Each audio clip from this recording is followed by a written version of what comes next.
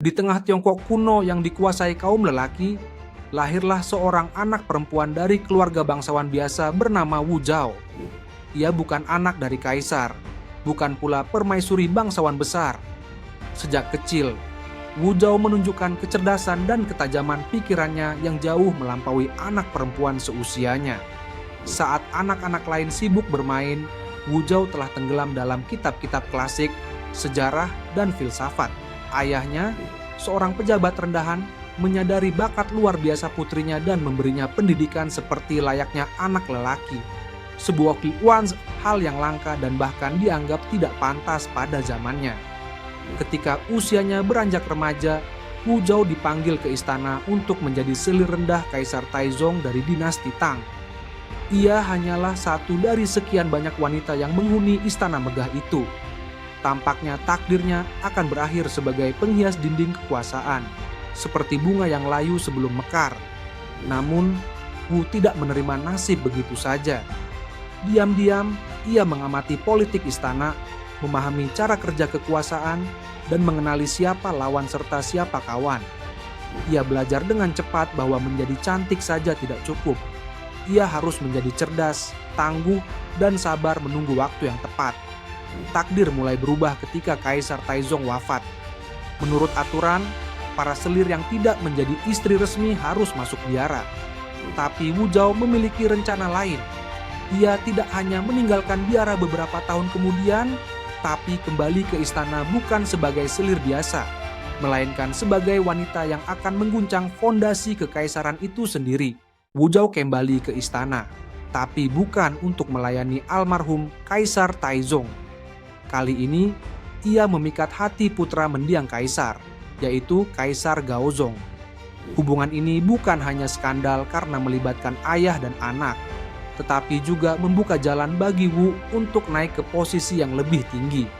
Dengan kepintaran dan karisma yang ia miliki, Wu bukan hanya menarik perhatian sang kaisar, tetapi juga membuat para pejabat istana mulai merasa terancam. Ia segera menjadi permaisuri, menggulingkan permaisuri Wang yang sah. Tapi cara ia mencapai tahta permaisuri menimbulkan kontroversi. Salah satu kisah paling kelam yang selalu membayangi Wu adalah tuduhan bahwa ia membunuh anaknya sendiri demi menjebak rivalnya.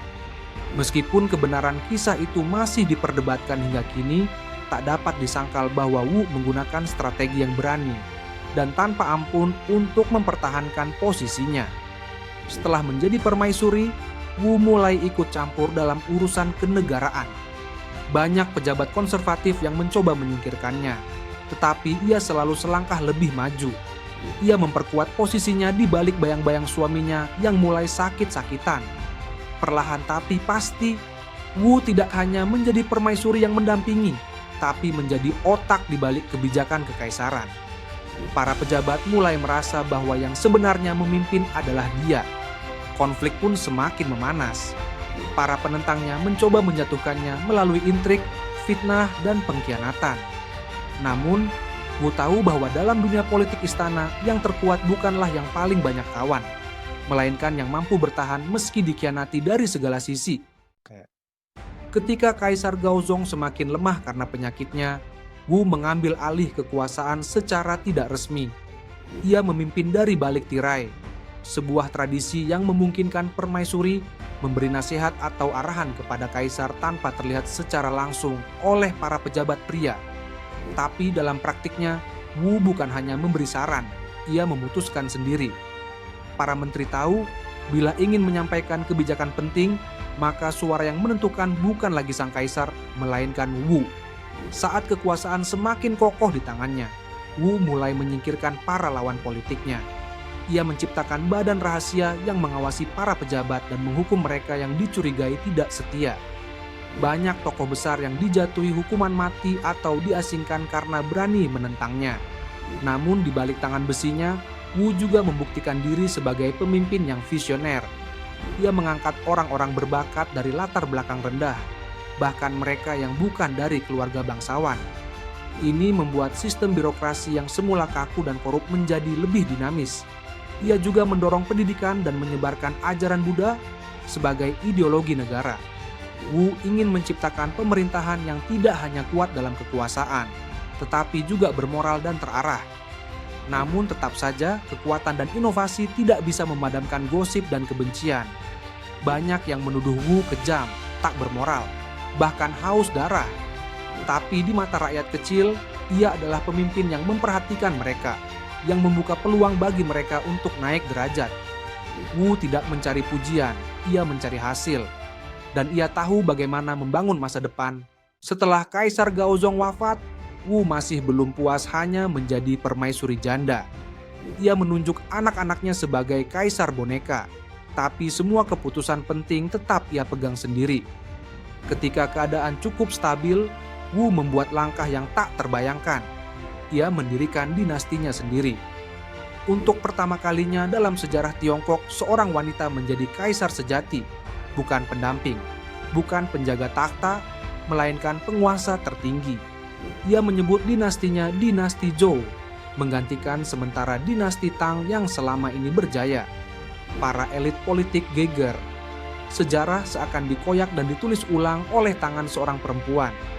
Banyak bangsawan dan pemuka agama yang menolak mentah-mentah legitimasi Wu, namun sekali lagi ia menjawab dengan prestasi. Wu melakukan reformasi besar-besaran. Ia memperkuat sistem ujian negara untuk menjaring pejabat yang kompeten. Ia membangun kuil-kuil Buddha teraksasa dan memperluas pengaruh budaya Tiongkok ke daerah-daerah yang jauh. Ia juga memerangi korupsi secara langsung, meski dengan tangan besi yang tak mengenal belas kasihan. Pemerintahannya ditakuti dan dihormati dalam waktu bersamaan. Namun masa jaya tidak bertahan selamanya. Usianya terus menua, dan para penentangnya mulai menyusun rencana untuk mengambil alih kekuasaan. Intrik politik di dalam istana kembali membara. Mereka menunggu Wu lengah, menunggu tubuhnya melemah, dan menunggu kesempatan terakhir untuk mengembalikan tatanan lama yang mereka anggap lebih pantas. Di masa tuanya, Wu mulai kehilangan kekuatan fisik. Tubuhnya yang dahulu tegar kini mulai ringkih, tapi pikirannya tetap tajam. Namun, kepercayaan terhadap orang-orang terdekat justru menjadi kelemahannya. Beberapa penasihatnya memanfaatkan ketergantungan Wu untuk menumpuk kekayaan dan kekuasaan pribadi. Ketidakpuasan terhadap pemerintahannya perlahan menguat, bukan dari rakyat kecil, tapi dari keluarga kekaisaran dan pejabat tinggi. Akhirnya, para bangsawan dari keluarga Li, dinasti asal suaminya, melakukan kudeta istana secara halus. Wu tidak dibunuh atau dipermalukan secara terbuka. Ia dipaksa turun tahta dan menyerahkan kekuasaan kembali kepada dinasti Tang. Meski demikian, ia tetap dikenang dengan rasa takut dan hormat oleh mereka yang berhasil menjatuhkannya. Wu menghabiskan sisa hidupnya dalam pengasingan yang tenang, jauh dari hiruk-pikuk istana. Tapi dalam diamnya, ia menyaksikan bagaimana dinasti yang dulu ia bangun dengan tangan besi mulai kembali ke tangan mereka yang dulu ia singkirkan. Ia mungkin tak lagi punya kekuatan untuk melawan, tapi warisannya sudah terlanjur tertulis dalam sejarah. Seorang wanita biasa yang berhasil mencapai posisi yang mustahil dalam sistem patriarki yang keras. Wu meninggal dengan tenang, namun namanya terus memicu debat hingga berabad-abad kemudian. Apakah ia tiran kejam atau reformis berani? Apakah ia wanita jahat atau pemimpin cerdas yang lahir terlalu cepat dari zamannya? Satu hal pasti, Wu Zetian adalah simbol kekuatan, ambisi, dan tekad yang melampaui batas-batas gender dan tradisi. Meski Wu Zetian telah tiada, bayangannya terus menghantui dan menginspirasi. Ia adalah bukti bahwa perempuan bisa berdiri setara, bahkan melampaui laki-laki dalam medan paling keras, politik dan kekuasaan. Ia dilihat dengan dua wajah, sebagai iblis oleh mereka yang takut kehilangan kuasa, dan sebagai pahlawan oleh mereka yang melihat ketidakadilan dalam tatanan lama. Tapi lebih dari itu, Wu adalah manusia yang menolak dikurung oleh norma. Ia tidak meminta izin untuk berkuasa, ia mengambilnya. Kisah Wu adalah pengingat bahwa sejarah tidak selalu ditulis oleh yang benar, tapi oleh yang kuat. Namun dalam kekuatan Wu, ada pelajaran tentang kegigihan, kecerdikan, dan keberanian untuk menantang apa yang dianggap mustahil. Ia adalah satu di antara sangat sedikit tokoh wanita dalam sejarah Tiongkok yang tidak hanya menjadi catatan kaki, tapi menjadi pusat cerita. Jika kisah ini menggetarkan hati dan membukakan mata kamu akan kekuatan seorang wanita dalam menghadapi dunia yang penuh penolakan, jangan biarkan kisah seperti ini hilang di telan waktu. Klik tombol subscribe untuk terus mengikuti perjalanan luar biasa dari tokoh-tokoh dunia yang mengguncang sejarah. Karena dari masa lalu, kita bisa belajar bagaimana membangun masa depan yang lebih adil dan penuh harapan.